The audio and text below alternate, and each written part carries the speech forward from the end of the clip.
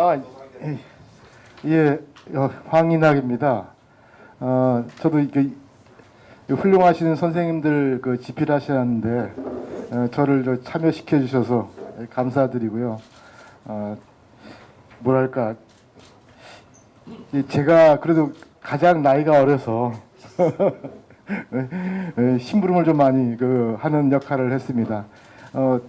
제가 담당한 파트는 스튜어디십 코드의 본질과 쟁점이라고 그래가지고 뒤에 이제 선생님들이 국민연금기금을 자세하게 분석하는 전 단계로서 이론적 측면에서 이야기를 좀 했던 거였습니다.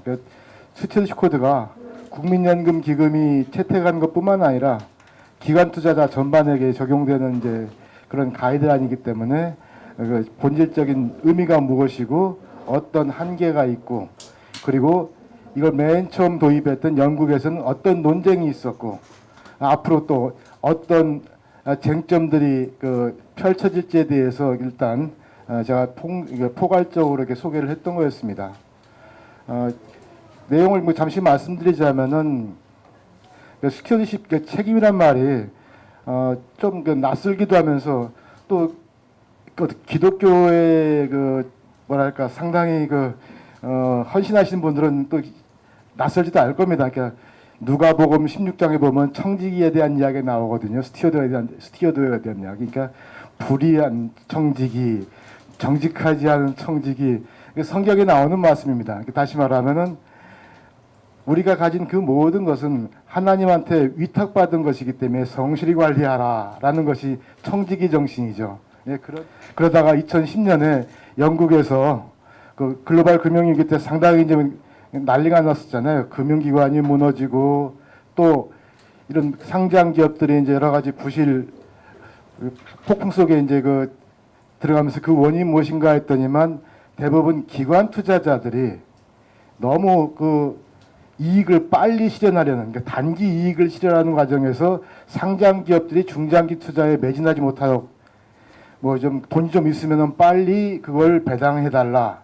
그리고 또는 부채를 끌어당겨 가지고 배당하고 ROE를 올리는 방법으로 이렇게 주식 전체를 줄이는 거죠. 그러니까 주식을 자사주 매입해가지고 소각하고 부족한 돈은 은행권을 부채 끌어당겨 가지고 ROE를 높여가지고 주가를 부양한다든지 이런 식으로 이렇게 단기 이익 추구에 매진하면서 기업들을 하여금 R&D를 투자한 여력이라든지 멀리 보고 길게 투자하는 걸 막았기 때문에 심각한 문제가 아니냐 이런 이제 문제 제기가 있었던 거였죠.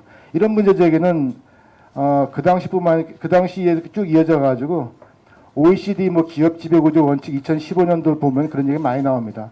결국 성장이 지금 전 세계적으로 이렇게 낮아진 것은 기업들이 길게 보고 투자하지 못하는 것, 또는 단기 기관 투자자들이 단기 이익을 추구하면서 자본주의 전체의 단기화를 야기한 것, 이런 것들이 이제 문제를 삼는 거죠. 그래서 영국에서는 기관 투자자들이 좀 책임감 있게 투자한 기업의 중장기 가치를 지향하면서 고객들도 이익을 챙기도록 하는 게 좋겠다라 해서 이제 스튜어드십 책임이란 말이 이제 나온 겁니다. 배경은 좋죠. 뭐든지 우리나라 모든 법도 앞에 취지를 보면 다 보호하고 육성하고 지원하고 다 좋은 이야기도 찾있듯이 스튜어디십도 이제 그렇게 좋은 취지로 시작했습니다. 근데 세상 좋은 취지로 시작했다 그래가지고 결말도 그렇게 된 건 아니잖아요. 기관 투자자에게 자기네들 단기 이익 추구 성향은 그대로 지속되는데 어느 날 갑자기 당신이 이제부터는 이제 청지기 정신을 가지고서 투자에 임해주세요라고 이제 완장을 새로 채워준다고 해서 바뀌는 건 하나도 없습니다. 그들로 하여금 무언가를 바뀌게 하려면 인센티브 구조를 바꿔줘야 되는데 어떤 인센티브 제도는 하나도 변한 것 없이 단지 스튜어디십 코드를 하나 딱 도입해 놓고서 자, 당신 오늘부터 스튜어디십 책임을 지는 집사야. 완장을 찼어. 그러니 그렇게 해봐. 하지만은 변할 게 없지요.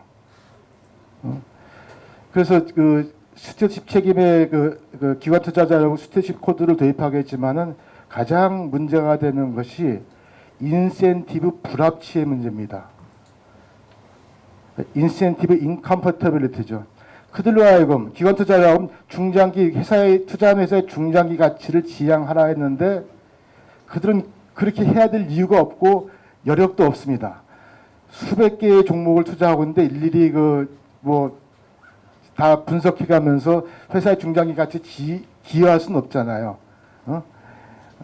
뭔가 문제 있으면 빨리 빠져나오고 다른 회사의 종목을 투자하는 것이 기관 투자자의 이익 극대화에 맞기 때문에 이건 뭐랄까요, 빛 좋은 취지는 빛이 좋지만은 사실은 워킹하지 않는다는 것이 영국에서 처음 도입할 때부터 많이 이야기가 됐었죠.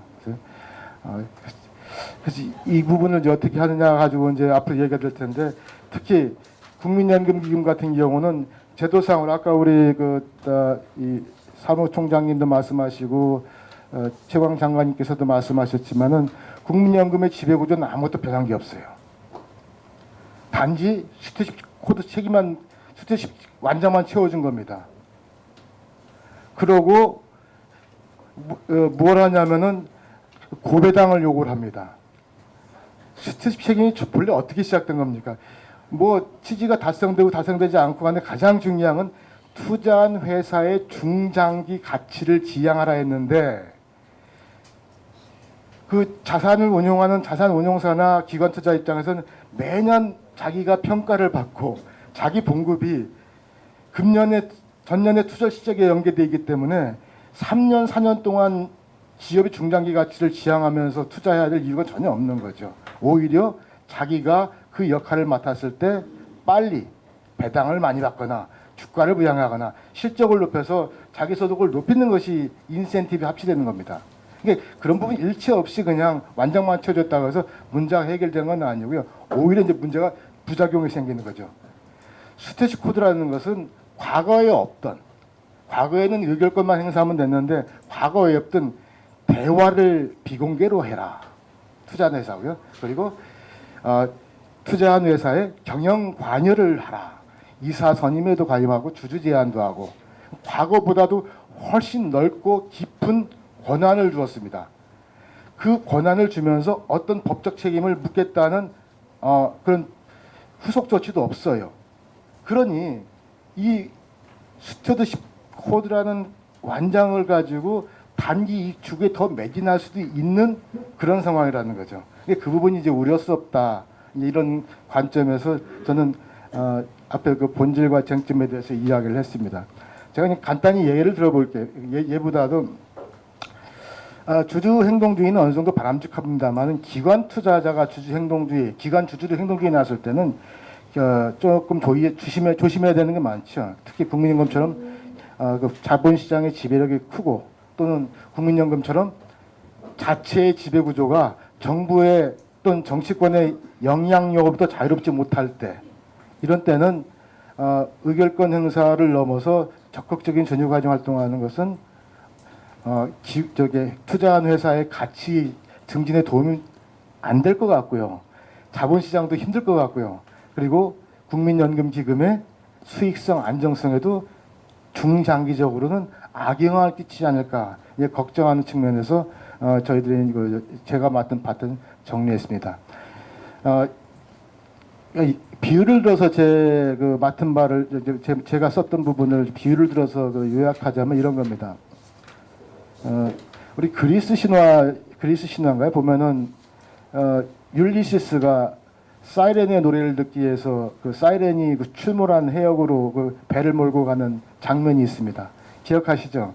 사이렌 또는 세이렌이라고 합니다. 세이렌의 그 아주 나쁜 요정들이 지나가는 배 선원들에게 노래를 홀려가지고 좀 암초에 좌초시키거나 바다에 뛰어들게 하거나 하는 그런 역할을 하는 겁니다. 근데 율리시스는 그 노래 소리가 그렇게 사람을 미치게 할 만큼 아름다운가를 확인하기 위해서 거길 가려고 했을 때 선원들이 당연히 부하 선원들이 반대하죠. 죽으러 갈 짓을 뭐하러 하느냐. 당신 개인의 그 영웅적 서사시 하나를 더 메뉴 추가하기 위해서 가는 거 아니냐. 그랬더니만 율리시스는 그렇다면은 다들 밀랍으로 길을 막고 나를 돛대에 똘똘 매개해서 내가 무슨 짓을 하지 못하도록 하면은 되지 않겠느냐 해서 이제 결국은 가게 된 장면이 있습니다. 그런 경우를 이제 우리 그 정치 경제학에서는 그 대목을 상당히 중시하거든요. 어떤 지도자가 어떤 약속을 할 때는 자기가 책임질 수 있는 자기를 구속하는 어떤 그 행위를 해야지만이 신뢰가 있다고 생각을 합니다. 율리시스처럼 자기 자신을 돛대에 자기 결박하는 그런 행위를 했을 때 비로소 겨우 그 지도자의 약속이 빌공짜의 공약이 아니라 신뢰할 수 있는 확약이 된다고 이제 이야기를 하는 거죠. 예, 그런 면에서 이제 정치 지도자들의 태도가 상당히 중요하다고 하는데 저는 이렇게 생각을 합니다. 왜 율리시스가 굳이 세이렌의 노래를 들어야 했을까? 다시 말하면 국민연금기금이 굳이 스튜어디십 코드를 채택해서 이것이 시장에서 워킹하는지 아니면 국민연금기금에 뭐 좀 위험을 담보하고 위험을 감수하고 뭘 해야 될 일이냐. 지금 현 상태에서도 여러 가지 부작용이 많다고 하는 것인데 스튜어디십 책임이란 말을 국민연금이 채택하는 것은 율리시스가 굳이 세이렌의 노래를 듣기 위해서 위험한 지역으로 배를 항해한 것 같다. 차라리 안 가니만 못하다는 것이고요. 그게 첫 번째 이야기고 두 번째 저희 결론은 그래도 스튜어디십 코드를 채택했다면은 국민연금기금이 국민의 집사가 아니라 정치권의 집사가 될 우려가 너무나 많다. 정치권의 집사가 되지 않겠다는 어떤 자기 구속적인 행위. 율리시스가 돛대에 자기를 결박하라 했듯이 국민연금기금이 자기네 지배구조나 결코 정치적 영향으로부터 정치적 간섭으로부터 영향 안 받겠다는 어떤 확약을 했느냐? 없었습니다. 그러고 국민연금이 일반 상업적 기관 투자자 마냥 이 상장 기업의 경영에 깊이 넓게 관여하겠다는 것은 상당히 위험하지 않겠냐 해서 저는 그 두 가지를 말씀드리는 것으로 이야기를 마치겠습니다. 감사합니다. 예, 감사합니다. 이어서 바로 김태희 교수. 저는 당국대학교 김태희 교수라고 합니다. 우선 제가 이 책을 쓰는데 같이 이렇게 동참하게 된 이유를 좀 말씀을 드릴까 합니다. 우리 이제 김원식 교수께서 이제 이 책 쓰는데 오사한계 쪽에 좀 이야기를 해달라고. 근데 사실 제가 그 전에 이 스튜어디십 코드 이야기가 나왔을 때 제가 전화를 한 적이 있어요. 나는 쪽은 아닌데 이게 좀 이상하다 이거. 그래서 그래 뭐 맞게 됐는데요. 사실은 제가 가장 문제의식을 느꼈던 거는 뭐냐면 이런 겁니다. 아니 공정경제를 위한 수단이 국민연금이라고 이야기했을 때 제가 귀를 의심했어요. 요즘은 뭐 귀 의심할 일이 뭐 한두 가지는 아니지만 정권이 말하는 공정경제를 위한 수단이 어떻게 국민연금이 됩니까? 국민연금은 국민들한테 강제저축시킨 돈 아니에요. 노생활 하라고 돈 맡긴 겁니다. 정부 뭐 관리 잘하라고요. 근데 뭐라고 이야기하냐면 국민연금을 쓸 수 있도록 위임받은 거라고 이야기를 했습니다. 우리가 위임한 적이 있어요? 공정경제의 국민연금 도구라고 우리가 동의한 적이 있습니까? 자, 그래서 여기에 이제 참여를 하게 됐고요. 그다음 그 내용을 쭉 들여다 보니까 스튜어디십 코드 이야기를 하면서 다 좋은데요. 우선은 국민연금을 동원한다는 데 대해서 제가 첫 번째 문제의식을 느꼈고, 그다음 두 번째는 뭐냐면 스튜어디십 코드를 도입하면서 여기에 들어 노동이사제 이야기가 막 나오는 거예요. 근데 사실은 지금 우리가 노동 문제, 특히 노사 문제는 이미 망가질 대로 어마어마하게 망가져 있습니다. 만일 이게 스튜어디십 코드까지 오고, 그다음에 그 국민연금이 동원돼 가지고 정부가 같이 개입한다고 했을 때요, 사실은 뭐 자본, 특히 뭐 이런 말들 대기업 자본들 그거 다 국민연금 투자 안 하는 데 어디 있습니까? 그다음 그게 다 우리나라 대기업 노동조합, 막강한 노동조합을 다 끼고 있는데, 사실 이렇게 돼버리게 되면 노동이고 자본이고 다 정부 통계에 들어간다는 거죠. 사실 저는 그런 문제의식을 가지고 이렇게 하게 됐습니다. 문제는요, 이 스튜어디십 코드라는 게 저도 사실 생소했어요. 사실은 이제 이거 하면서 보니 공부도 좀 하게 되고 그랬는데 이게 내용으로 보게 되면 쉽게 말해요. 기업 집사 아닙니까? 기업 관리하겠다는 거죠. 근데 누가 관리하느냐? 국민연금을 끼고 있기 때문에 정부가 사실은 기업 집사 역할을 하는 겁니다. 두 번째는 기업 집사에서 끝나는 게 아니에요. 스튜어디십 코드에서. 노동이사를 임명하겠다는 겁니다. 이미 지금 그런 움직임들이 말이죠. 공기업에서 다 무슨 뭐 지금 노동이사 이야기를 하고 심지어는 지금 뭐 은행에서도 지금 노동이사 한다 그래가지고 계속 지금 알리게 생기고 있는데 우리가요 지금 뭐 공기업들 같은 경우는 우리나라 민간 기업보다 훨씬 월급이 높습니다. 정말 신도 모르는 직장이고 신이 내린 직장이 맞아요. 그 다음에 은행 솔직히 말해가지고 지금 서민들 그리고 우리나라 이게 중소기업들 돈 대출 받아가지고 그 다음부터는 완전히 우리가 을이 되는 거 아닙니까? 그러면서 연봉을 얼마나 받아요?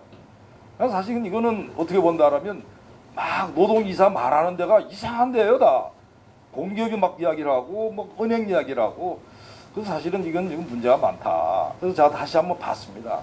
근데 왜 이자들이 이 국민연금을 함부로 막 손을 대려고 그러고 그 안에 내용도 정확하게 설명도 안 하고 왜 하는지 그래서 이 행간을 읽어봤더니 한 세 가지가 잡히더라고요.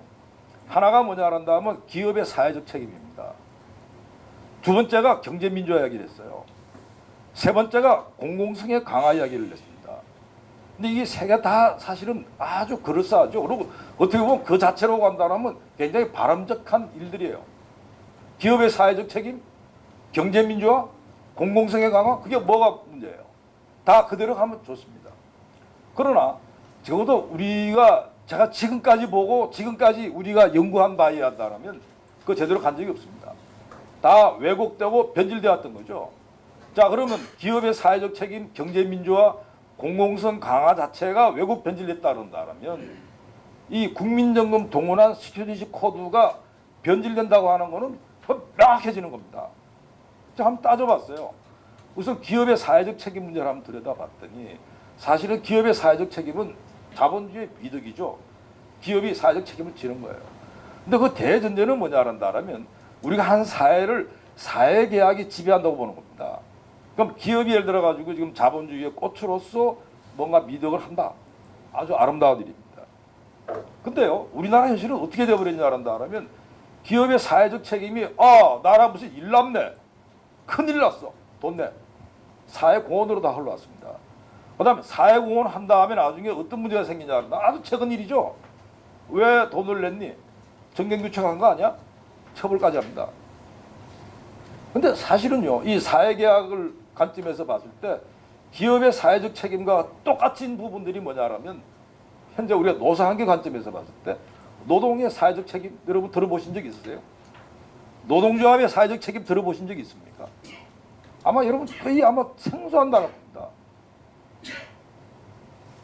정부의 사회적 책임, 정부의 책임 이야기 들어보신 적이 있습니까? 우리 정부 책임 별로 들어본 적이 없어요.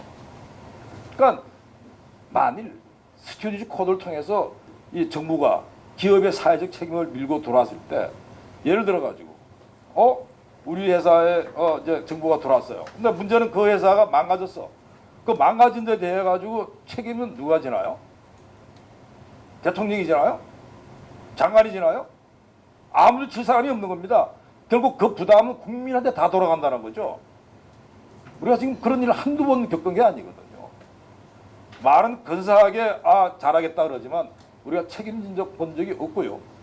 가라고 뭐 웬만한 일을 하게 되면 하여튼 이 정부가 여러 가지 정치 논리가 싹 빠져나갑니다. 뭐 이거랑 조금 다 어긋난 일이지만 예를 들어 가지고 무슨 사고가 났다는다면 사실은 민간 기업의 회사가 사고 났다면 어떻게 되죠? 그냥 그 책임자부터 해가지고 난리가 납니다. 근데 정부는 싹 빠져나가요. 그다음 어떤 모 회사가 지난번에 뭐 이렇게 발화 사건이 났습니다. 제품 불량이죠. 근데 그 전량 다 회수해가지고 했습니다. 그렇게 사회적 책임이에요. 그럼 정부가 뭐 잘못했을 때 한번 져본 적이 있습니까? 그래서 이 기업의 사회적 책임을 이야기하면서 스튜어디십 코드 이야기했을 때는 결국은 이게 어떻게 본다면 민간 기업에 돌아가지고 하나의 전리품이 되겠구나.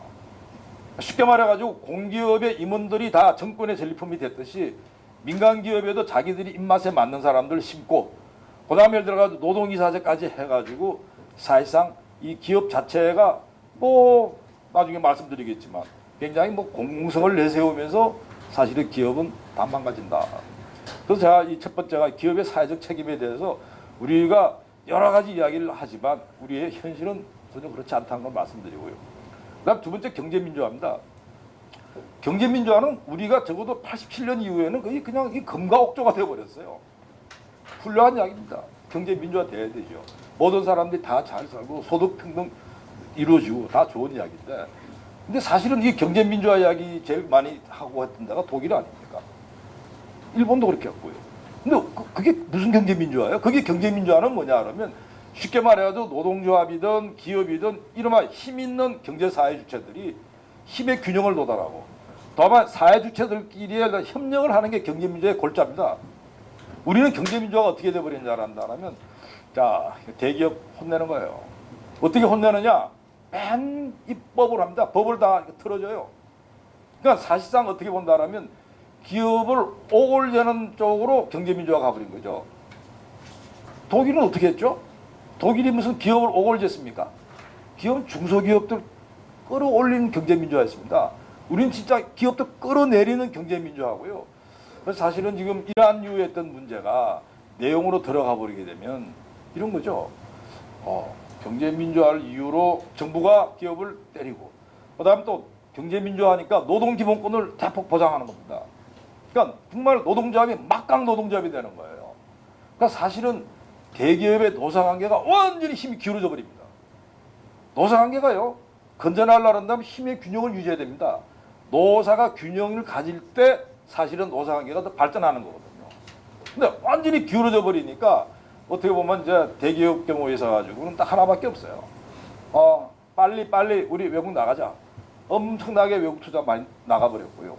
그 다음에 예를 들어가지고 요즘에 말 나오는 뭐 외주가 어떻고 그 다음에 비정규직 어떻고 하는 이런 부분들이 다 거기서 나오는 겁니다. 이름하여 그걸 우리는 노동시장의 이중구조라고 그래요. 대기업과 중소기업, 정규직과 비정규직으로 딱 나눠지는 이런 구조를 만드는 게 사실은 경제민주화였다는 거죠. 그 다음 우리나라 노동운동이 우리가 이게 수출 가지고 먹고 사는 나라인데 이렇게 노동운동이 전투적이고 바뀌지 않는 이유가 뭐냐 이거죠. 안 바뀌는 게 이상한 겁니다. 딱 경제민주화라고 하는 그런 어떻게 본다라면 이 철학 때문에. 근데 사실은 그 경제민주화라는 철학 자체가요. 우리나라에서는 엉뚱하게 해석되고 있다는 겁니다. 아니 그게 무슨 대기업 때리는 게 경제민주화예요? 아닙니다. 경제민주화는요. 경제 시스템의 문제예요. 시스템 부분을 제대로 가는 게 경제민주화인데 우리는 지금 엉뚱하게 하다 보니까 경제민주화 이렇게 갔고요. 근데 그런 논리 하에서 스튜어디십 코드가 돌아왔을 땐 더 이 힘의 축은 기울어집니다. 왜? 아까 말씀드렸죠.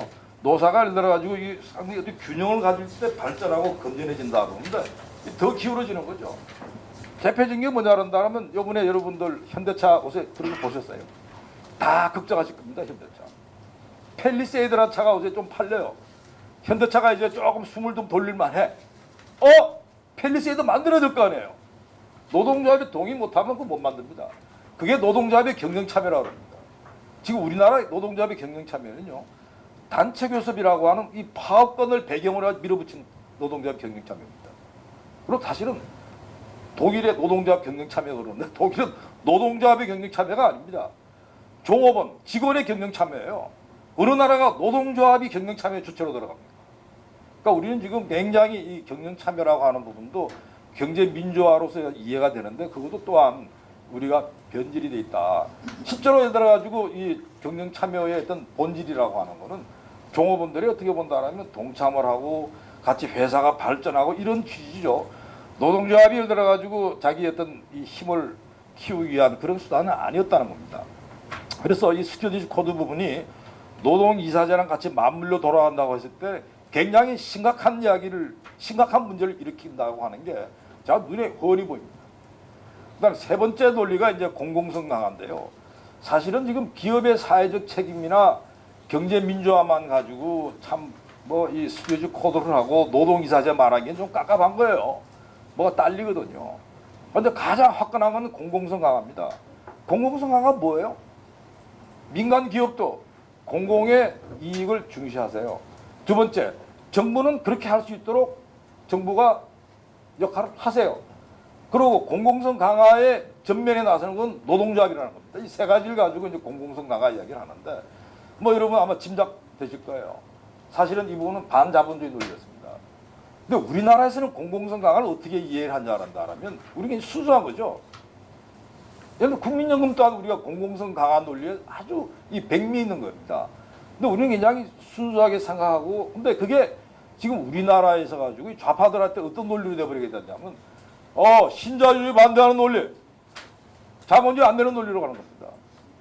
그러니까 문제는요, 지금 이 공공성 강화를 이제 공공의 뭐 이익을 이야기를 하는데, 실제로 우리가 이 공공성 강화의 가장 전면에 서 있는 데가 공기업 아닙니까? 공기업은 그것 때문에 만들어진 거잖아요. 근데 한번 보세요. 공기업이 진짜로 공공의 이익을 위했습니까? 아니면 공기업 구성원의 이익을 위했습니까? 자, 요즘 우리나라 공공성 이야기 참 좋아해요. 교육 공공성, 금융 공공성, 의료 공공성 다 이야기를 하는데, 사실은 우리가 학교 한번 볼까요?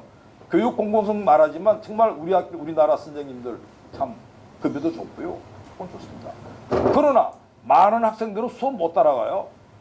그 다음에 우리가 금융 공공성 이야기를 하지만 실제로 우리나라 은행이 진짜 뭐 이렇게 좀 실력이 있어가지고 없어요.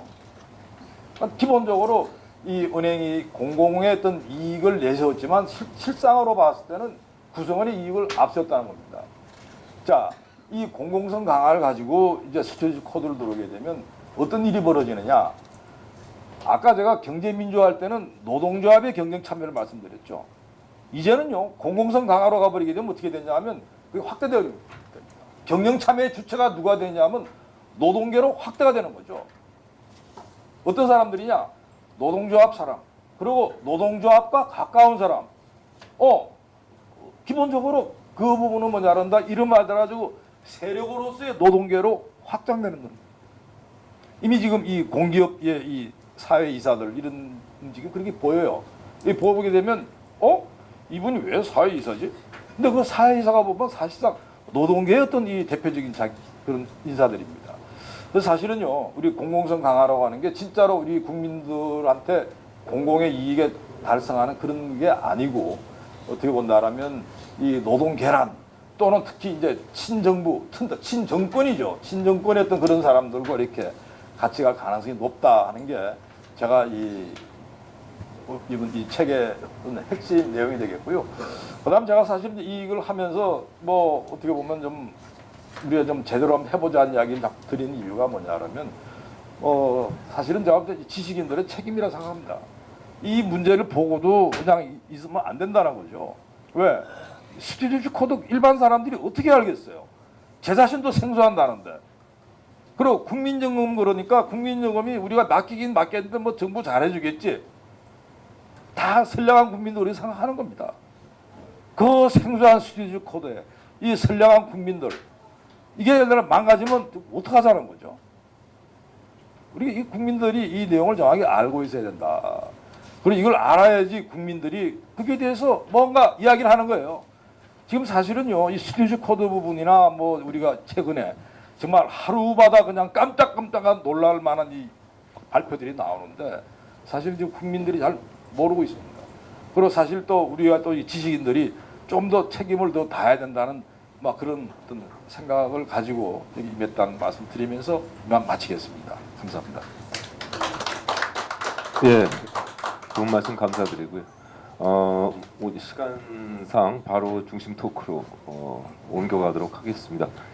그다음에 뭐 제가 좀 일단 먼저 오프닝을 좀 해드리면은, 사실은 1976년도에 피터 드러커의 Unseen Revolution, 그러니까 보이지 않는 혁명이라는 그 저서에서 이 연금 기금 사회주의를 정확히 예측을 했습니다. 그러니까 어떤 의미에서는 저는 최근에 이 책을 다시 읽으면서 마치 소름을 돋는 그러한 느낌을 가졌습니다. 무슨 말씀인가 하니, 결국은 연금의 주인이 근로자라고 주장을 하고 노동조합이 연금을 지배를 해서 결과적으로는 기업 지배 구조를, 뭐 기업 기업 지배를 위협을 한다. 그렇게 해서 연금기금 사회주의다 이렇게 말씀을 예측을 했습니다. 그래서 현재 우리나라의 현실과 너무 부합하는 피터 드러커의 예측이 대한민국에서 실현되는 그 불행한 사태가 일어날 것을 우려할 수밖에 없고요. 그다음에 연금에 관련돼서는 연 세 가지의 개념을 보고 있습니다. 연금 자본주의, 연금 사회주의, 연금 기금 사회주의 이렇게 보는 거고요. 앞에 연금 자본주의라는 개념은 연금이 자본주의의 그 발전에 대단히 크게 기여할 것이다라는 그러한 기대에서 연금 사회주의라는 개념이고, 연금 자본주의의 개념이고, 연금 사회주의의 개념은 사실은 연금을 통해서 우리 사회를 통제하겠다는 의미가 됩니다. 지금 이미 우리는 그 단계에 들어간 것이 뭐 선거철만 되면 기초연금이니 혹은 국민연금 제도에 대한 개혁이 나오는 것은 바로 연금 사회주의에 관련된 내용입니다. 더 나아가서 연금 기금 사회주의라는 의미는 현재 우리가 당면한 이 스튜어드십 코드와 직접 관련된 문제라고 보는데, 한편으로 보면은 여기에서 우리가 봐야 될 것은 과연 우리가 자본주의 사회, 우리 자본주의 경제를 정확히 이해하고 실행하고 있는가에 대한 그 의문을 가질 수밖에 없습니다. 왜 그런가 하니 소위 그 사기업과 국영기업의 차이가 무엇인가 하는 거죠. 정부는 민간 기업의 주식 소유권을 가지면 안 됩니다. 그것은 국영기업 혹은 공기업과 같은 개념이 돼버립니다. 그런데 이미 정부가 기업의 주식을 국민연금 기금을 통해서 보유하고 있다는 것은 우리나라의 거의 모든 기업은 이미 공기업화됐다는 것을 의미합니다. 그런데 거기에서 국민연금 기금이 지배구조를 행사한다거나 혹은 경영에 참여한다는 것은 우리가 알고 있는 정부 공기업과 우리가 알고 있는 민간 기업의 차이, 거의 그 경계를 허무는 작업이라고 할 수밖에 없습니다. 그러한 점에서 대단히 심각한 문제라고 보고 있고요. 결과적으로는 이러한 그 연금기금 사회주의를 뭐 결과적으로는 우리는 연금기금 자본주의로 전환시키는 계기를 통해서 우리 자본주의가 발전하고 우리 경제가 발전하는 계기를 마련을 해야 된다라고 저는 생각을 하고 있고, 그러한 관점에서 이 모임은 대단히 중요하다고 생각을 합니다. 감사합니다. 일단 그 제일 먼저 가운데 계신 조동근 교수님 시작을 해주시고요. 김정은 교수님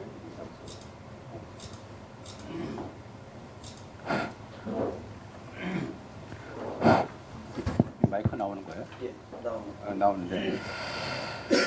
저기 그 배열이 재밌는데 중심 토크로 돼 있는데 제 중심에 별로 서보질 않아 갖고 죄송합니다. 근데 또 우연히 또 이렇게 가운데 앉았고요. 좀 편하게 좀 말씀을 좀 드려보겠습니다. 2019년 1월 16일 날 조그만 세미나가 있었어요. 그 너무 재밌어요, 제목에. 이게 뭐냐면은 참여연대에서 그 개최한 세미나고요. 그 제목에 특정 기업 이름이 나와요. 대한항공 정상화를 위한. 그래서 어떻게 이렇게 특정 기업, 글쎄요. 대한항공 정상화를 위한 국민연금 역할에 이게 말이 된다고 생각하세요? 아니 도대체 왜 특정 기업 사기업인데 그걸 위해서 정상화를 위해서 국민연금 역할이 뭡니까 도대체? 그게 바로 참여연대가 2019년도 1월 16일 날 이름도 내 기억해요. 김남기 변호사가 그 주제 발제를 했습니다. 보니까 뻔하죠. 이게 도대체 무슨 얘기가 충격 아닙니까 도대체? 그러고 나서 2019년 2월 1일 날 소위 국민연금 운영기금위원회에서 결정을 하는 게 바로 뭐냐면은 칼에 대해서 이제 적극적 주주권 행사를 의결합니다. 그러니까 뭔가 이렇게 움직임이 보이잖아요. 앞에 뭐 전진하는 어떤 그런 이제 전초부대가 있고 뒤에 주 화력이 있고 이게 바로 뭐냐면 이 정부의 어떤 실태입니다. 이거를 보면서 국민연금에 대해서 우리가 당신 뭐 하는 거요? 라고 얘기를 해야 되는데 많은 분들이 얘기를 안 하더라고요. 그래서 아까 김태기 교수께서도 그런 얘기를 좀 통절하게 하셨는데 그렇기 때문에 우리라도 해야 되겠다는 겁니다. 제가 볼 땐 그래요. 집사를 참칭한 겁니다. 너무 표현이 강할지 모르는데 집사라고 누가 했어요? 내가 집사다라고 스스로 디클레어한 거죠 보면요. 그러니까 국민연금법 어디를 보더라도 집사를 하라고 하는 게 없어요 보면은요. 이건 스스로 셀프 집사하겠다고 디클레어한 겁니다. 그러면 뭡니까? 참칭. 그래갖고 뭐죠? 재벌의 지배 구조를 개혁하겠다는 겁니다. 근데 아니 그러니까 국민연금이 도대체 원래 목적이 뭡니까? 국민연금 제1조를 보면 확실히 나와 있어요. 국민의 노후 생활 안정을 위해서 존재하는 게 이게 국민연금인데 그게 어떻게 지금 갑자기 이렇게 지금 스튜어디오십 코드 뭐 발음도 어렵고 그런데 이게 좀 말이 된다고 생각합니까? 이 본문에도 좀 오자가 좀 있어요. 그래서 제가 김진술 우리 사장님한테 말씀드렸더니 쪼크로 이 책이 많이 팔릴 테니까 다음에 개정할 때는 다 고치겠다. 그러니까 이 책을 갖다가 오자가 좀 있거든요. 그래서 오자를 한 번에 고치게, 예? 한 번에 고치게 좀 많이 팔려야 될 것 같아요. 그리고 여러분들 사실 누군가 얘기를 하시면 박수 치는 거는 그렇게 어렵지는 않잖아요. 그러니까 박수를 쳐주시면 뭐냐? 우리 체제를 지키는 겁니다. 그러니까 여기는 뭐 앞에 있는 이런 분들의 박수를 원하는 건 아니고요. 그래도 침묵하는 사회에서 이게 맞습니까? 라고 일성을 지르는 사람들한테 등 두드림으로써 박수를 쳐주시면 이 책이 팔릴 거고 그 다음에 오자도 자연스럽게 없어질 겁니다. 그 다음에 또 하나 이거를 생각해 보세요. 한번 이제 디테일에 악마가 있다고 말이죠. 그냥 뭐 참 이해를 못 하겠는 게 한국 지배구조연구원이 있어요. 그러니까 뭐 그렇다 칩시다.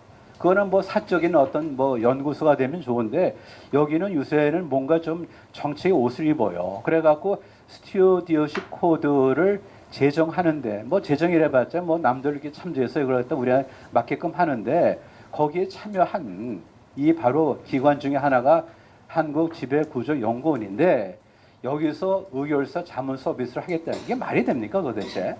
아니 내가 만들고 내 의결권 글쎄 자문한다. 이거는 너무 오만한 거예요 도대체. 이게 나중에 말이죠. 잘 생각해 보세요. 가장 치욕이 뭐냐면 나쁘게 기록되는 겁니다. 경제 또는 경영 교과서에 아주 나쁜 사례를 기억되는 것만큼 치욕이 어디 있습니까? 우리가 다 하는 게 뭐냐면은 예기치 않은 결과의 가설이에요. 예기치 않은 결과 가설. 그래서 hypothesis of unintended consequences가 되죠. 화려한 약속, 우울한 성과죠. 다 좋아요. 의도는. 결과는 그렇지 않잖아요. 마찬가지. 이것도 보면요. 국민연금이 이렇게 해서까지 이거를 기업에 대해서 이렇게 윽박지를 대는가? 아마 2019년 2월 1일 날 의사의 결정이 나중에 굉장히 bad example로 기록될 겁니다. 그럼 하나만 또 보자고요. 잠깐 이제 다시 돌아보면요. 대한항공이 뭐죠? 뜨거 했겠죠. 그래갖고 이제 주주 친화 정책을 핍니다. 그거 뻔하지 않습니까? 배당을 열심히 하겠습니다. 그 다음에 뭐죠? 그 많은 사람들 관심 갖고 있는 송현동의 그 알짜 부지를 팔겠습니다. 그렇게 하니까 뭡니까? 주주 친화 정책 되는 거 맞죠? 당연히 뭡니까? 현금 흐름이 개선되고 자산이 매각돼서 현금화되면은 주주 가치로서 주가는 올라가죠. 그건 뭐냐면 현재 주주에게 혜택이 돌아가는 거지 절대로 기업 가치 올라가는 게 아닙니다. 그럼 겨우 공권력이 말이죠. 겨우 공권력이 주주 행동주의처럼 행동하는 나라가 어디 있습니까? 그게 무슨 뭐 그냥 민간의 어떤 그런 이제 뭐 그런 사모펀드가 하는 그런 거에 우리가 용서할 수 있지만은 결과적으로 뭐냐면은 주주 가치가 뭐에 대변됩니까? 주가요? 그럼 잠깐이죠. 현재 주식을 가진 사람들한테 이익이 대변되는데 그 다음에 주식 가질 사람들한테는 아무것도 없는 거죠. 만약에 현금 배당하는 것이 전부 다 맞다면은 왜 많은 기업들이 산업 유보합니까? 예를 들어서 처음에 기업이 잘 나갈 때는요. 산업 유보를 하더니 누가 얘기를 안 해요 보면요. 만약에 뭐 내수해서 그렇게 음료, 식음료 이런 데서는 배당을 해야 되니까 안 할 수가 없죠. 하지만은 잘 나가는 기업에서 배당합니까? 그건 안 하잖아요. 근데 도대체 겨우 윽박질러서 주주 친화 정책을 해가지고 주가를 띄우고 씌우고 그러면은 국민연금을 이걸 발충을 해야 돼요. 행동주의자로서의 국민연금이라는 그거를 말을 바꿔야 되는 겁니다. 공과 사를 구별을 못하면 됩니까 도대체? 그 다음에 또 하나 크리티컬한 겁니다. 그 참여연대를 제가 되게 싫어해요. 거기는 사실은 이성을 갖춘 사람이 아닙니다. 거기는 대부분 일부는 그렇죠. 그렇지 않고 그런데 그 이유는 뭐냐면은 김남근 그 변호사가 이런 얘기를 합니다. 조씨 일가 그래갖고 뭐냐면은 그야말로 사회적인 어떤 이제 신뢰를 무너뜨리고 기업 가치를 갖다 붕괴시켰다. 오늘 갑질에 얘기를 해. 그러면은 오너 갑주를 해서 그야말로 기업 가치가 붕괴됐다면 뭔가 증거가 있어야 될 거 아닙니까? 증거가. 그래서 그걸 제가 본 게 뭐냐면은 사건 1, 그렇죠. 그래갖고 사건 1이 뭐냐면은 조현아 땅콩 회항이 2019년도 2014년 12월 5일에요. 뭐 사건 1. 또 하나는 이제 2018년도 4월 15일 날 물컵 뭐 투처. 그 기준을 해서 그 이후 주가를 한번 다 봤어. 주가를 갖다 흐름을. 영향이 없어요. 영향 없다고요, 보면요. 아니, 물컵을 던졌다고 무슨 그 영향이 있겠습니까? 그래갖고 뭘 봤겠습니까? 제가 한진칼하고 대한항공, 아시아나항공을 다 봤어요. 어디를 보더라도 우리가 도덕적으로 비난의 대상은 분명히 맞죠. 철없고 공감 가지 않는 행동을 해서 스스로 망신당하고 그 다음에 대한항공이 먹칠한 건 맞죠. 하지만은 그것 때문에 기업 가치 떨어진 건 아닙니다, 지금. 그러니까 함부로 오너의 갑질로 인해서 기업 가치가 떨어졌다려니 하려면은 에비던스를 갖고 하든지 아니면 하지 말든지 하라 그런 얘기죠, 보면요. 그 다음에 또 보세요. 우리가 ROA, ROE를 다 비교해 보세요. 절대로 말이죠. 대한항공에 있는 주주들이 조양호 씨를 갖다 내보낼 이유가 없어요. 왜냐하면 경쟁사보다 ROA, ROE가 나쁘질 않고요. 영업이익률이 나쁘질 않아요. 따라서 경영에서 잘못됐으면 그걸 내려야 되지만은 사회적인 비난, 법적 처벌, 그 다음에 증시에서 아젠다, 이걸 혼돈한 나라가 된 겁니다, 지금요. 그럼 되겠습니까? 아니죠. 그래서 우리가 이제, 제가 이제 시간이 다 된 것 같아서 이제 돌아오면 이런 것 같습니다. 잘 생각해 보세요. 우리가 현실을 개조할 때 말이죠. 이성에 의해서 설계된 대로 좀 갈 수가 없어요.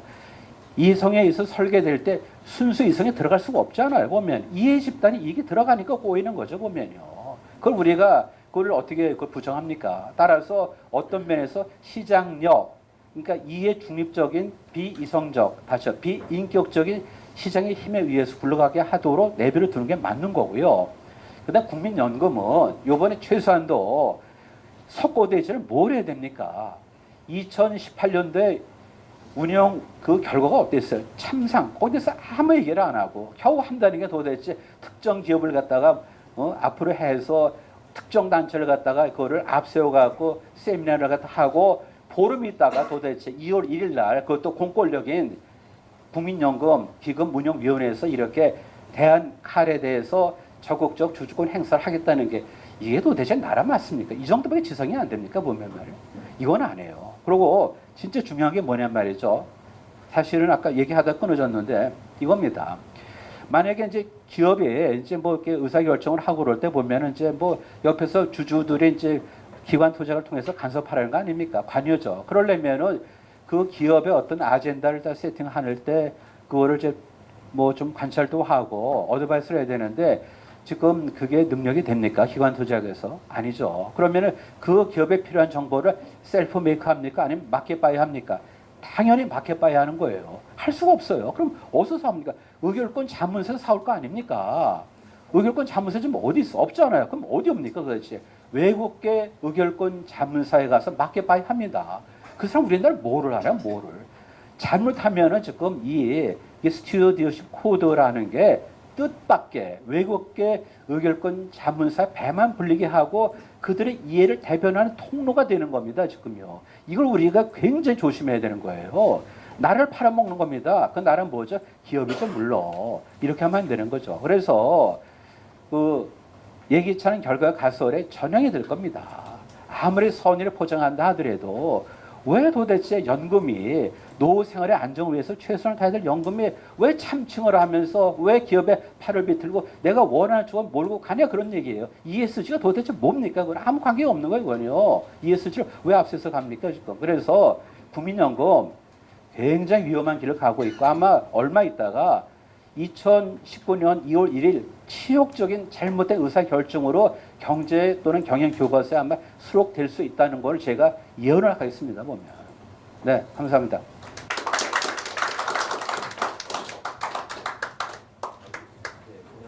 될까요? 네.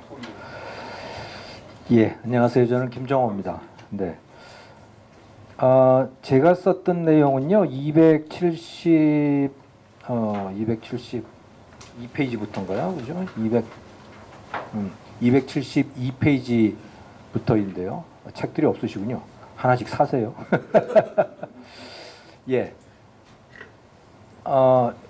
제목은 전문 경영 대 오너 경영. 그래서 실제로 우리나라에서 오너가 사라진 기업들에서 무슨 일이 벌어졌는가라고 하는 것을 살펴본 겁니다. 지금 이 스튜어드십 코드가 지향하는, 궁극적으로 지향하는 바, 또 노동이사제나 이런 것들이 궁극적으로 지향하는 바는 오너를 없애는 거예요. 우리나라의 기업들의 궁극적인 문제는 뭐냐? 그것은 오너가 있다는 것이라는 거죠.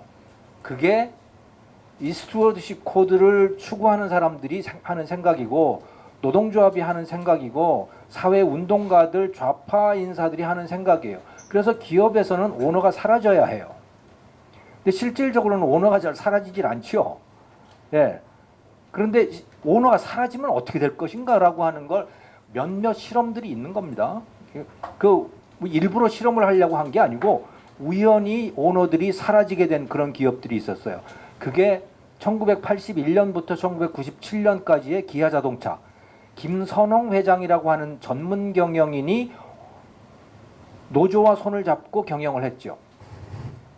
또 그 다음에 2001년 이후에 대우조선해양, 2001년부터 지금까지 대우조선해양에 오너가 없습니다.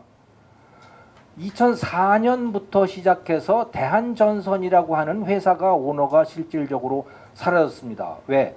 2004년에 설원량 회장이라고 하는 사람이 갑자기 심장마비로 세상을 떠났어요. 근데 이 사람이 61세예요. 자식들한테 경영권이 전혀 승계되는 준비가 안 돼 있어요. 자식은 그 당시에 대학교 4학년이었습니다. 그 설윤석이라고 하는 친구가. 그래서 완전히 공중에 떠버리는 회사가 됐고 어쩔 수 없이 전문 경영인이 경영을 하게 됐습니다. 뭐 이런 회사들이 몇 군데가 있어요. 그래서 그런 회사들을 제가 7군데를 골랐고, 몇 군데 안 되지만 거의 대부분이라고 보시면 됩니다. 이 7군데가. 그리고 같은 기간에 동일 업종에 오너가 있는 기업하고 비교를 해본 겁니다. 기아자동차 같으면 1981년부터 97년까지 현대자동차죠. 대우조선은 그럼 현대중공업이고, 또 대한전선은 LS전선이고, 다 이제 그 같은 업종에 있잖아요. 그렇게 해서 제가 14개 기업들을 쭉 비교를 해봤습니다. 실질로 어떻게 됐는가? 여러분 다 이 기업들 이름을 들으면 아시겠지만 대부분 다 망했어요. 기아자동차 망했잖아요. 1997년에 부도가 났지 않습니까? 그래서 우리 IMF 외환 위기로 들어가는데 결정적인 계기가 됐죠. 그 기간 동안에 그러면 현대자동차는 어떻게 됐느냐? 세계적인 기업이 됐죠. 기아자동차는 망했어요. 즉 오너가 있는 기업은 세계적인 기업이 됐는데 오너가 없는 기아자동차는 망했어요. 대한전선은 어떻게 됐냐? 2004년부터 시작해가지고 2012년에 결국은 망했어요. 대한전선 오너가 없는 상태에서 망했어요. 그럼 LS전선은 어떻게 됐느냐? 그 기간 동안에 굉장한 체질 개선을 해가지고 세계적인 전선 기업이 됐습니다. LS전선은. 예. 또 저거는 어떻게 됐나요? 대우조선은 어떻게 됐죠? 대우조선 우리 지금 잘 알고 있잖아요. 대우조선은 결국 부도 상태가 된 거죠. 그래서 산업은행에서 12조를 갖다가 쓸어 넣었는데 꼭 헤어나지 못하고 있는 거 아니에요? 결국 현대중공업이 지금 인수를 하겠다고 하는 거 아닙니까? 이게 7개 기업들을 보면 상당 부분이 이런 상태가 돼 있는 거예요. 우리나라에서 오너가 없는 기업이라고 하는 거는 결국은 노조의 기업이 되는 것이고, 노조 기업이 되면 그 기업은 망하더라는 거예요. 근데 흥미로운 패턴은 뭐냐면 처음부터 망하지는 않습니다. 전문 경영자가 그 회사를 장악을 하거나 또는 그 노조가 그 회사를 장악을 하게 되면 처음에 1년, 2년, 3년 동안 나타나는 패턴은 뭐냐면 회사가 굉장히 잘 돼요. 왜 잘 되느냐? 열정으로 막 끌어오르는 겁니다. 그래서 노동자들이 파업 그런 거 안 합니다. 노동자들이 자발적으로 일을 해요. 처음에는. 그러다가 한 5년 정도 지나면요, 이들이 부패하기 시작합니다. 일 안 하는 거는 말할 것도 없고, 일을 안 하다 보니까 원가가 올라가잖아요. 원가가 올라가다 보니까 적자가 발생을 해요. 그럼 그 적자를 어떻게 하느냐? 적자를 분식을 합니다. 이게 공통적으로 드러나는 패턴이에요. 그걸 덮어버려요. 분식으로 덮어버리죠. 기아자동차도 그랬고 대우조선도 그랬고 다 분식으로 덮어가지고 마치 흑자가 계속 나는 것처럼 만들어 놓고 그리고선 노동자들은 꼭 꽤 괜찮은 보수들을 계속 받는 겁니다. 그러다가 더 이상 지탱할 수 없는 상황에서는 회사가 완전히 망가지게 되는 거죠. 이런 패턴들이 공통적으로 나타납니다. 그래서 처음에는 괜찮았다가 이게 10년, 5년, 10년 지나게 되면 결국은 회사가 망하게 되는 이런 패턴을 보인다. 또 하나의 패턴은 뭐냐면 위기 때에 대처를 못한다라고 하는 거예요. 위기가 발생을 했을 때 대처를 못한다. 예를 들자면 제가 그 조사했던 기업들 중에 그 우유 기업도 있습니다. 서울우유협동조합이라고 하는 데하고 매일유업을 봤어요. 그러니까 서울우유는 뭐 협동조합이니까 수많은 자영업 그 우유 농장 주인들의 협동조합이죠. 그러니까 이건 뭐 주인이 있다고 할 수도 없고 없다고 할 수도 없고 뭐 그런 상태예요. 어떤 그 소규모 사업자들의 협동조합이고 매일유업은 주인이 있죠. 자, 위기 상황에서 이들이 어떻게 대처를 하고 있느냐는 거죠. 서울우유 같으면 아무것도 안 해요. 어떻게 할 수가 없어요. 업종을 바꿔야 되는데 업종을 바꿀 수가 없다는 거예요. 매일유업은 어떻게 하느냐? 여러분 폴 바셋이라고 하는 그 커피집 알죠? 폴 바셋. 그게 매일유업에서 하는 겁니다. 왜 또 그 매일유업에서 또 하는 게 뭐냐면 아동복 뭐 이런 것도 하고요. 이유식도 하고요. 오만 걸로 다 바꿔가고 있어요. 왜 이렇게 하느냐?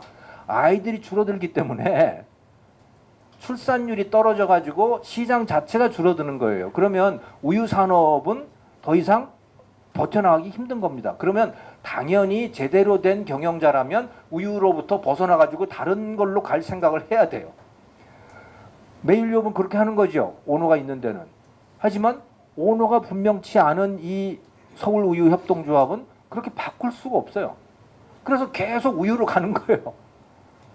그래서 이제 우유가 줄어들게 되면 어떻게 되냐? 아마 그냥 문을 닫겠죠. 그래서 공통적으로 보면 이런 위기가 닥쳤을 때 오너가 없는 기업들은 어떻게 대처를 못하더라. 이런 특징이 하나 있고 또 하나의 특징은 오너가 없으면 오너가 있는 기업의 공통적인 특징으로 우리가 갖고 있는 선입견은 부패한다는 거잖아요. 오너들은 썩었다는 거예요. 그런데 오너가 사라지니까 그러면 그 부패는 사라지느냐? 더 부패하더라는 거죠. 그 특징은 뭐냐면 오너가 있는 기업은요.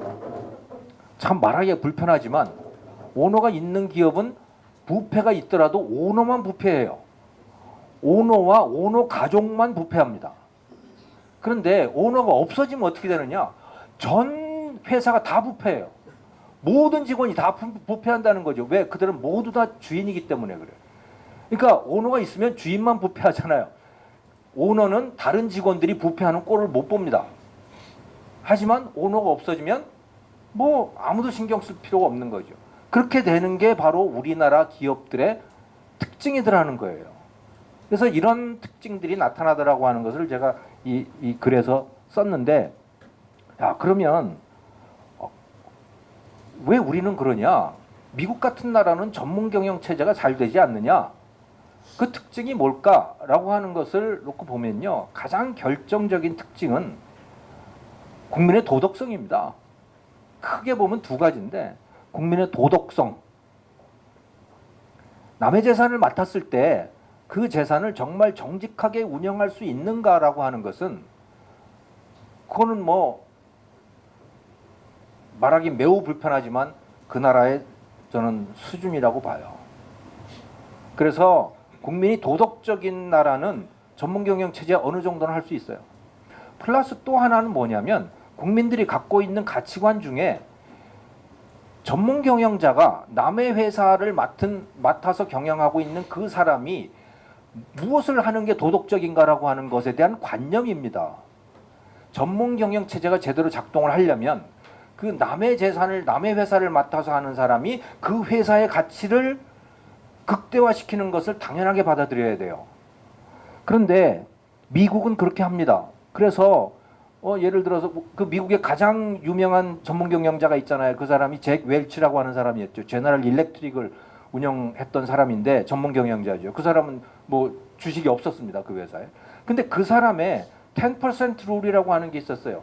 그 사람은 매년 직원들 평가, 사업 평가 해가지고 하위 10%는 그냥 계속 잘라냈어요. 왜? 회사의 가치를 위해서 그랬던 거죠. 자, 그런데 우리나라에서 그렇게 할 수 있느냐?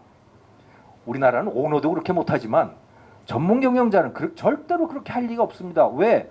자기 손에 왜 피를 묻히겠어요?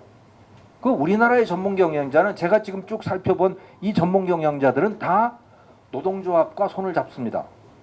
하나같이 노동조합과 손을 잡아요. 그래서 우리나라의 도덕적인 전문 경영자는 직원 복지를 최고로 생각하는 그런 전문 경영자가 가장 도덕적인 전문 경영자예요. 그게 우리나라 사람들이 받아들이는 가치관입니다. 그러니까 그런 사람이 맡아서 회사를 운영하면 그 회사는 망하는 거예요. 10중 8구는. 왜? 회사의 가치가 아니고 노동자의 복지가 최고의 가치이기 때문에 그렇다.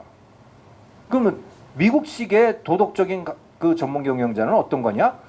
가장 좋은 제품을 가장 값싼 원가로 내기 위해서 최선을 다해야 되는 거죠.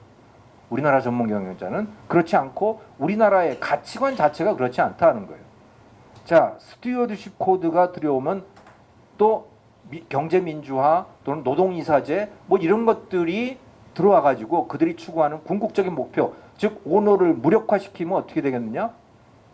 제가 말씀드렸던 지금 이런 그러니까 오너가 없는 기업들에서 나타나는 그런 문제들이 오너가 있음에도 불구하고 아마 상당 부분 보편적으로 나타나게 될 것이다. 그리고 우리나라 기업들의 성과는 뭐 지금보다 더욱 더 떨어질 거라고 봅니다. 오너가 무력화될 테니까. 오너가 도덕적이어서가 아니고 그것을 대체할 사람들이 더 부도덕하기 때문에 나타나는 문제다. 그러면 지금 우리가 해야 되는 건 뭐냐? 도덕성을 높여야 되고요. 솔직히 참 부끄러운 얘기지만 또 주주가치 경영을 해야 된다라고 하는 것이 모든 경영자에게 보편적으로 받아들여야 된다고 생각합니다. 고맙습니다.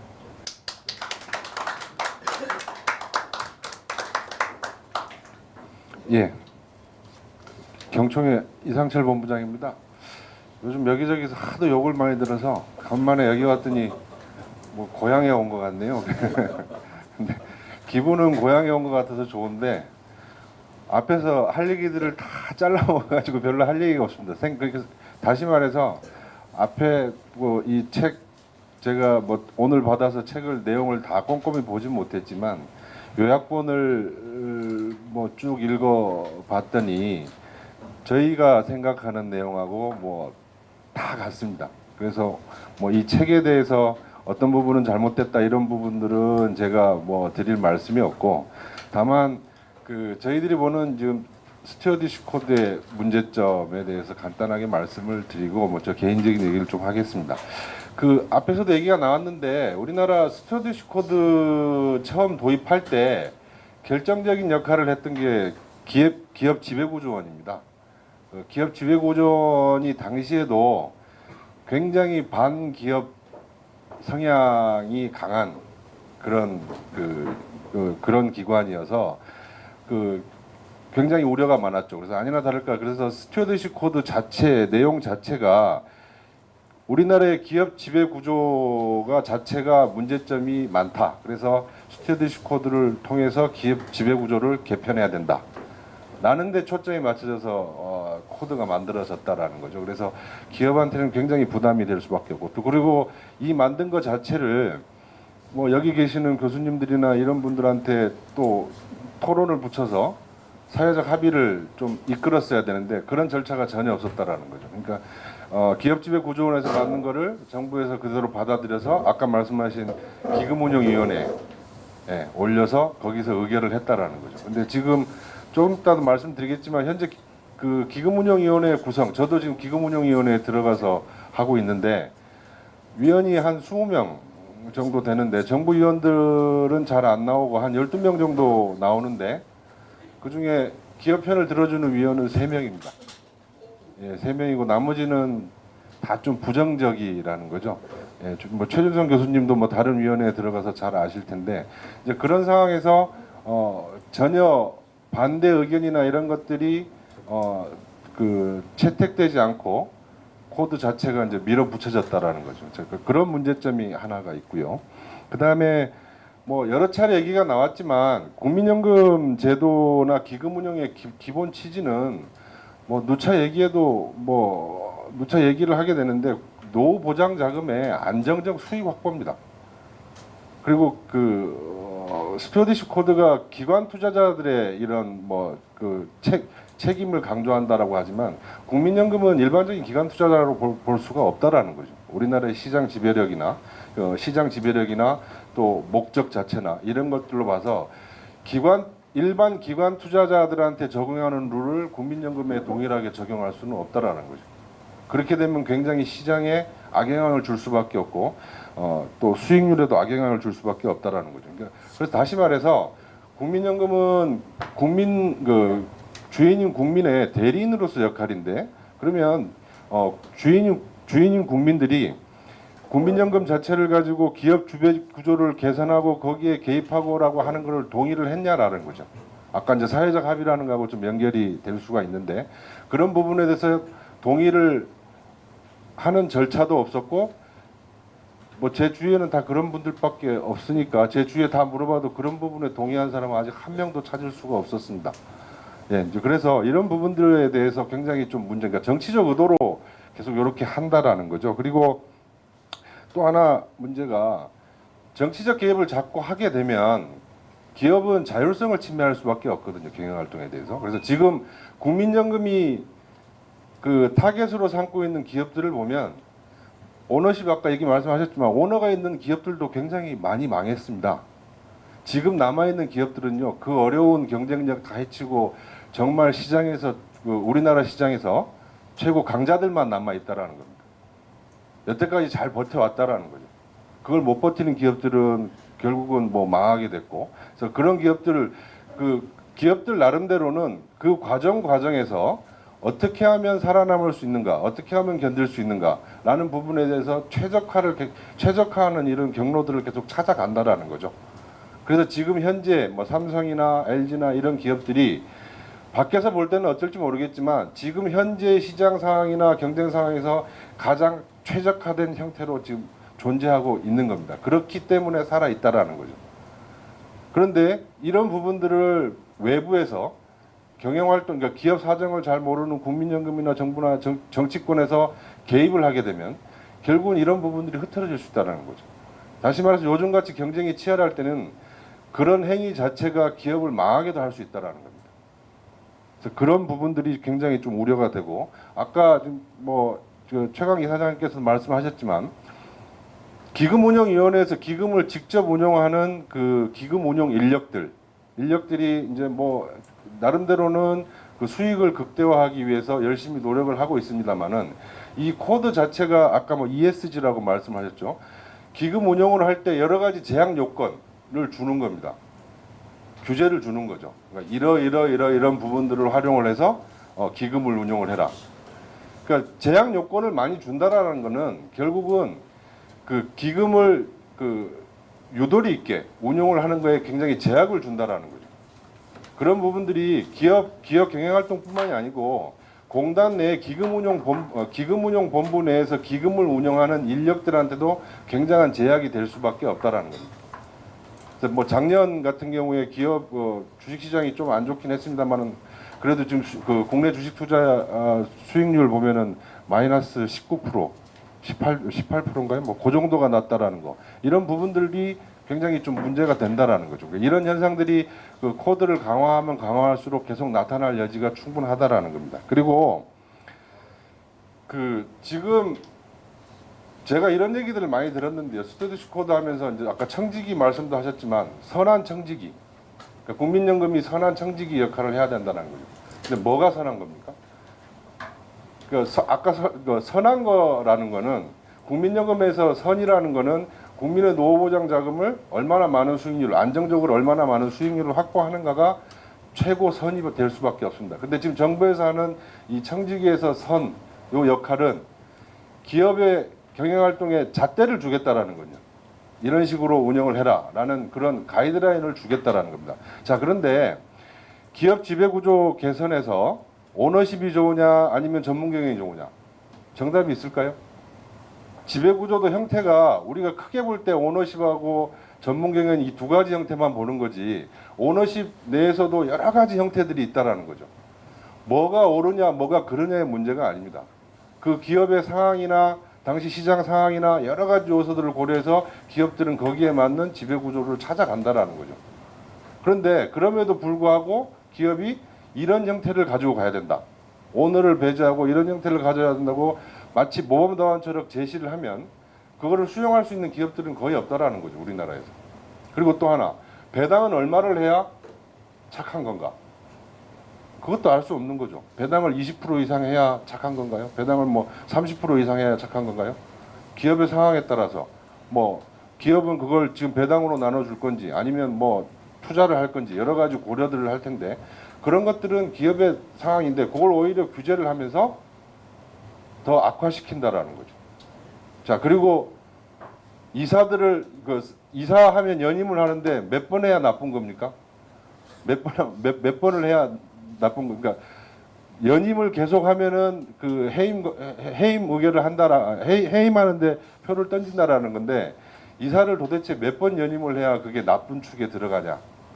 이런 것들도 알 수가 없는 거랍니다. 알 수가 없는 것임에도 불구하고 지금 국민연금에서는 이사는 몇 번 하면은 반대표를 이사를 몇 번 연임하면 반대표를 던져야 되고 지배구조는 이렇게 하면 반대표를 던져야 되고 또 고쳐야 되고 이런 식으로 운영을 한다라는 거죠.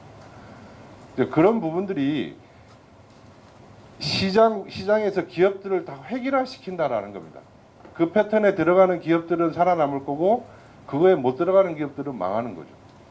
이렇게 시장 구조를 만들어내는 게 국제 경쟁력이라 경쟁에서 기업들이 경쟁에 바람직한 거라 바람직하냐 뭐 이런 것들 이런 부분을 문제를 제기를 한다라는 거죠. 그래서 뭐 다른 여러 가지 문제점들이 있습니다만은 뭐 이런 문제점들을 말씀을 드리고 아까 뭐 조 교수님께서 말씀을 하셨는데 그 제가 기금운용위원회 위원으로 그 대한항공 그 할 때 기금운용위원회에 앉아 있었습니다.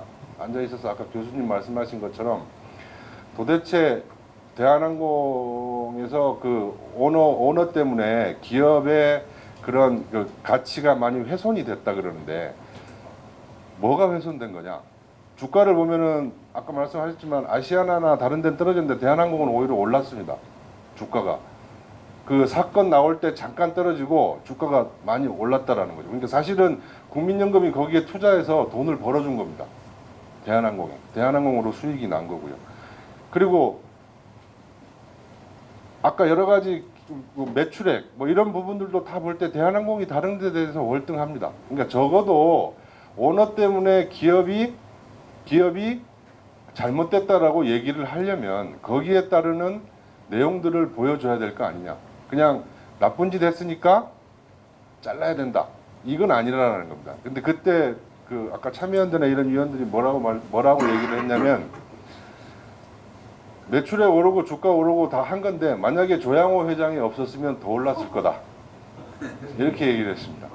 그러니까 사실은 그 이런 것들이 우리끼리 얘기하지만 이런 회의나 이런 부분에서 적어도 정부 회의나 위원회 같은 데에서는 뭔가 정책을 하거나 할 때는 증거가 있어야죠. 그리고 나름대로 합리적인 수치나 뭐 이런 것들 자기가 주장을 하려면 이런 것들이 있어야 되는데 지금 그런 부분들이 전혀 이루어지지 않고 있고 그냥 감정적으로 저는 그때 회의에 앉아 있으면 느낀 건데 그냥 미워하는 것 같아요. 그냥 미운 것 같아요. 그냥 너는 미우니까 가라 이거 같습니다. 근데 그게 뭐 개인 관계에서도 그렇게 하면 안 되지만 정부 정책이나 이런 부분에서는 그거는 정말 지양해야 될 부분이라는 거죠. 그래서 뭐 오늘 저도 김원식 교수님이나 다른 교수님들 굉장히 오랜만에 뵙는데 이제 이런 교수님들이 좀 정부위원회 같은 데 들어가서 뭐 얘기를 과거에 많이 하셨습니다. 많이 해서 저도 뭐 위원회 만나고 했는데 이제 그런 분위기들이 안 돼서 뭐 했는데 앞으로도 좀 뭐 교수님들께 부탁하고 싶은 거는 그렇지는 못하더라도 이런 말씀들을 많이 해주시고 저희도 하겠지만 그래서 좀 여론을 좀 환기시키는 이런 작업들을 좀 고생스럽겠지만 해주셨으면 하고 부탁을 드리면서 제 토론을 마치도록 하겠습니다. 네, 감사합니다. 예, 그 시간이 조금 지났습니다만 콘서트는 항상 앵콜 공연이 있기 때문에 앵콜 한다고 생각하시고 예, 들어주시기 바랍니다. 그 지배 구조의 문제는 사실은 최적의 답안이 없는 것이라고 저는 보고 있는데 우리 이 본부장 말씀하셨듯이 살아남는 기업의 지배 구조가 최적의 지배 구조라고 보거든요. 이것을 하나의 잣대를 통해 가지고 모든 기업들의 지배 구조를 통일시킨다는 것은 결과적으로 일종의 폐쇄 경제 혹은 사회주의 경제에서 있을 수 있는 아주 전형이라고 생각을 합니다. 그리고 또 한편으로 보면은 이제 더 심각한 거는 세계 경제 글로벌 사회에서 이를 통해서 발생되는 기업 경쟁력의 약화 문제는 결과적으로 또 더 좋은 지배 구조를 가진 외국 기업들이 국내 경제를 국내 산업을 지배하는 뭐 안방을 내주는 것과 같은 형태라고 보거든요. 그래서 그 문제에 대해서 좀 김 교수님 정확히 질문의 요지가 말씀하세요. 예고를 좀 해주시지. 네.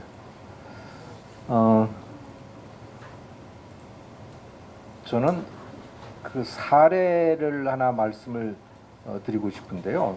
유한양행. 우리나라의 지배 구조가 가장 좋다고 여겨지는 그 유한양행이라고 하는 기업, 가장 존경받는 기업인데 성과도 그러면 가장 좋으냐? 그건 아니에요. 유한양행이 유일한 씨가 실질적으로 완전히 손을 떼고 전문 경영인에게 넘어간 해가 1969년입니다. 그 이후로 계속해서 노동자 기업 이어왔어요. 유한양행이. 그런데 이 유한양행이 굉장히 훌륭한 점은 있습니다. 다른 대부분의 노동자 기업들이 이 분식회계를 하고 부패하고 뇌물이 횡행하고 막 이런데 유한양행은 그러지는 않았어요. 그런 점에서 상당히 예외적이죠. 하지만 성과 자체로 보면 그렇게 훌륭하지 않아요. 뭘 보면 알 수 있느냐? 1969년, 즉 전문 경영 체제로 넘어갈 그 당시에 유한양행은 우리나라 제약업계에서 독보적인 존재였습니다. 유일한이라고 하는 그 오너가 있는 상태에서 말씀을 드리는 거죠. 독보적이었어요. 물론 그 당시에도 동아제약이 매출액은 훨씬 컸는데 그 동아제약의 매출액은 바카스 매출액이기 때문에 약품 매출이라고 할 수는 없습니다. 그 순수한 약품, 치료약품 매출액으로는 유한양행이 압도적이었죠. 그런데 지금 어떻게 됐느냐? 지금은 뭐 1위권이긴 한데 그냥 1위권이에요. 그래서 녹십자, 한미약품 무슨 뭐 이런 데하고 비슷비슷한 수준을 유지를 하고 있는 거죠. 그런데 녹십자 같은 경우를 생각을 해보면 출발이 1971년인가 그래요. 아예 창업을 1971년에 합니다. 그런데 그 당시에 유한양행은 이미 우리나라 최고의 제약업체였어요. 녹십자는 그때 이제 막 시작을 해요. 오너 체제로 시작을 하고 유한양행은 전문 경영 체제로 그때 시작을 하는 거죠. 그런데 어떻게 됐느냐? 물론 유한양행도 크긴 했지만 녹십자는 아무것도 없는 매출액 0의 상태에서 1조 원 수준으로 올라온 겁니다. 그 40년간. 유한양행은 어떻게 됐느냐? 그때 이미 상당한 수준에 있었는데 녹십자하고 비슷한 수준이 된 거죠. 자, 이것만 놓고 보면 어떻게 뭘 말씀을 드릴 수 있느냐면 우리나라에서 오너가 있느냐 없느냐라고 하는 것은 그 기업의 성과를 말해준다라고 하는 거죠. 아무리 성공을 하더라도 우리나라에서 오너가 없는 기업은 유한양행 정도의 성공을 거두는 게 그게 최고 아닌가? 우리가 할 수 있는. 삼성전자 같은 기업이 나올 수 있을까? 오너가 없는 상태에서. 저는 그거 불가능하다고 봐요. 또 또 오너가 없는 상태에서 성공한 기업 중에 하나가 저 자연드림이라고 하는 거 아세요? 예, 그 생활협동조합인데 그 자연드림이라고 하는 유기농 식품 판매하는 그런 데입니다. 그게 가장 성공한 기업 중에 하나인데 그것도 매출액 한 5천억 뭐 그 정도 수준입니다. 네. 그래서 우리나라에서 오너가 없으면 충분히 성장할 충분히 경쟁력을 갖는 그런 기업들이 나오기 어렵다. 네. 해외 시장에 나가는 건 더욱더 어렵다. 저는 그렇게 봅니다. 네. 예, 네. 예, 최은선입니다. 박수는 안 치셔도 되는데, 제가 조금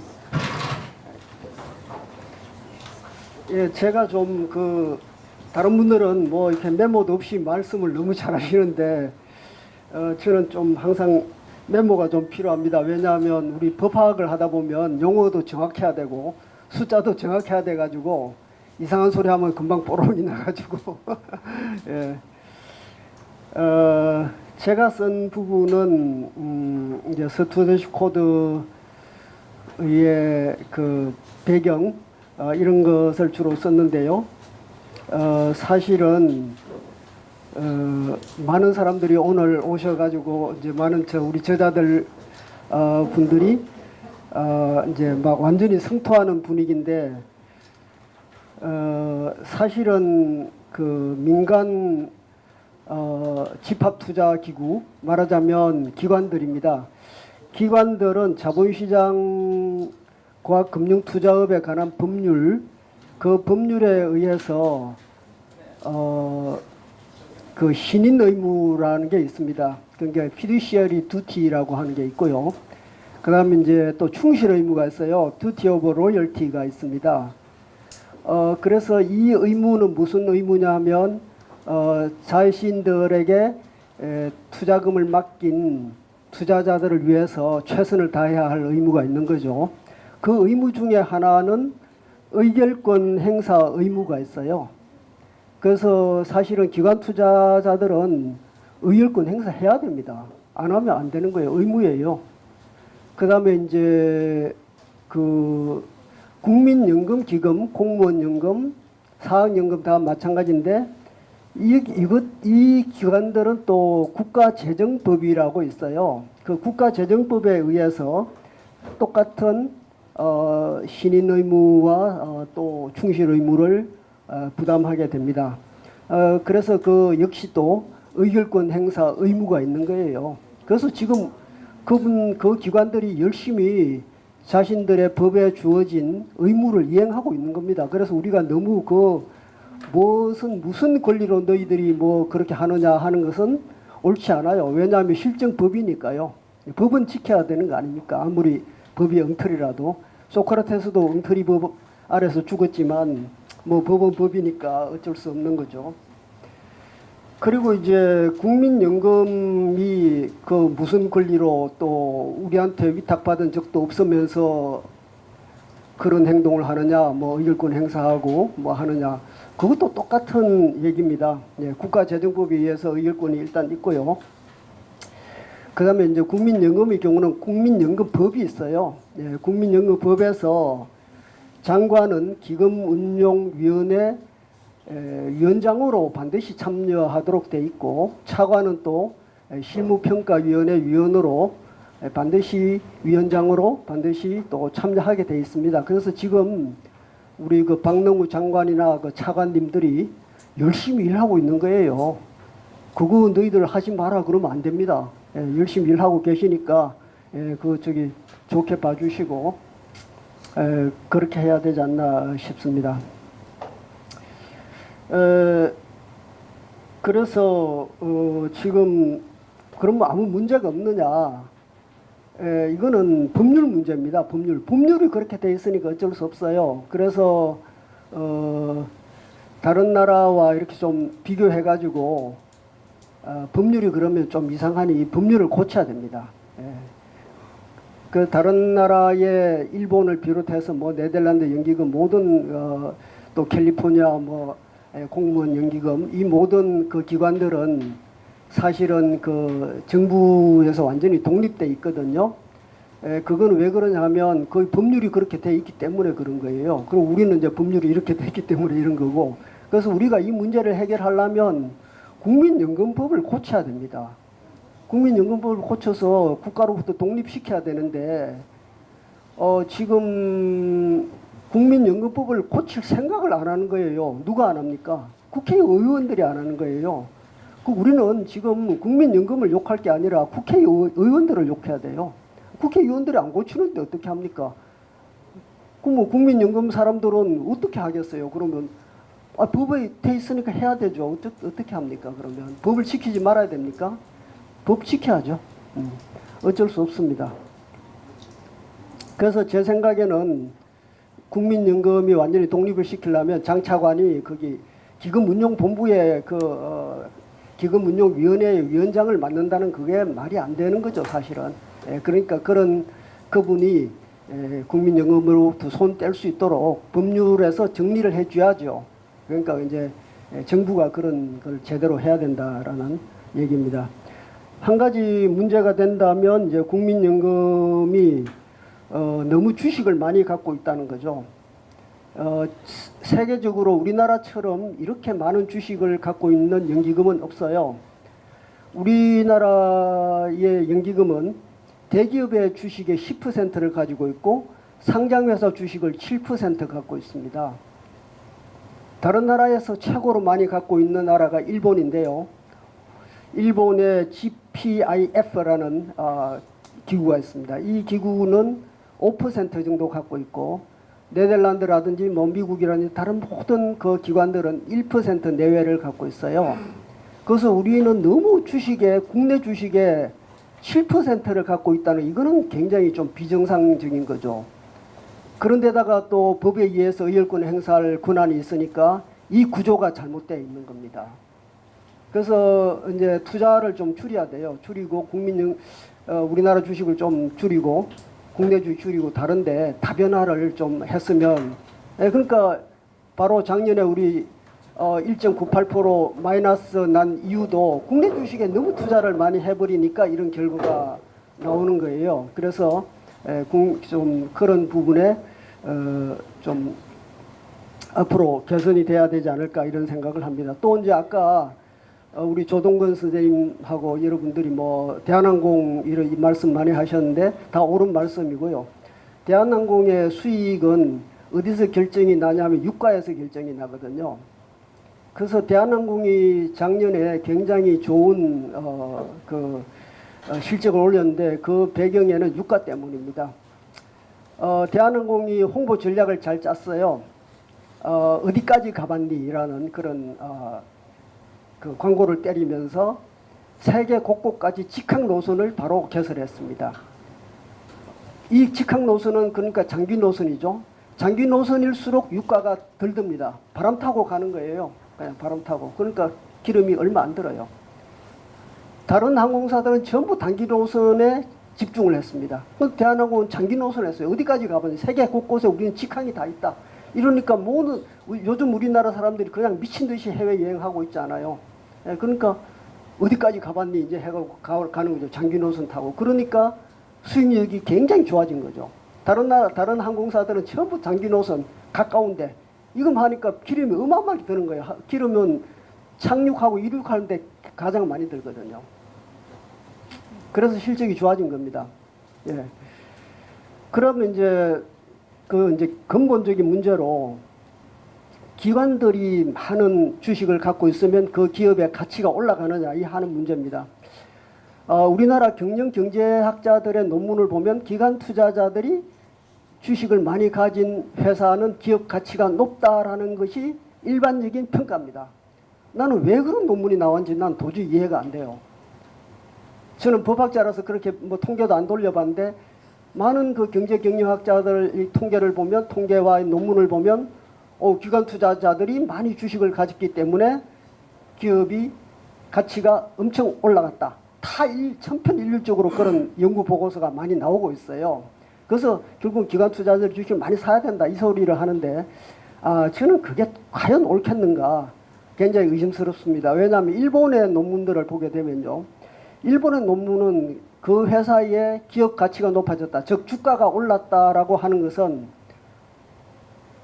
기관 투자자의 투자고 하고 나서부터 올란 것은 사실인데, 왜 그러냐면은 어떤 기관이 그것을 샀다라고 하니까 일반 투자가들도 전부 그걸 깨닫고서 저게 뭐가 있는가 보다 하고 다 쏠림 현상이 생긴다는 거죠.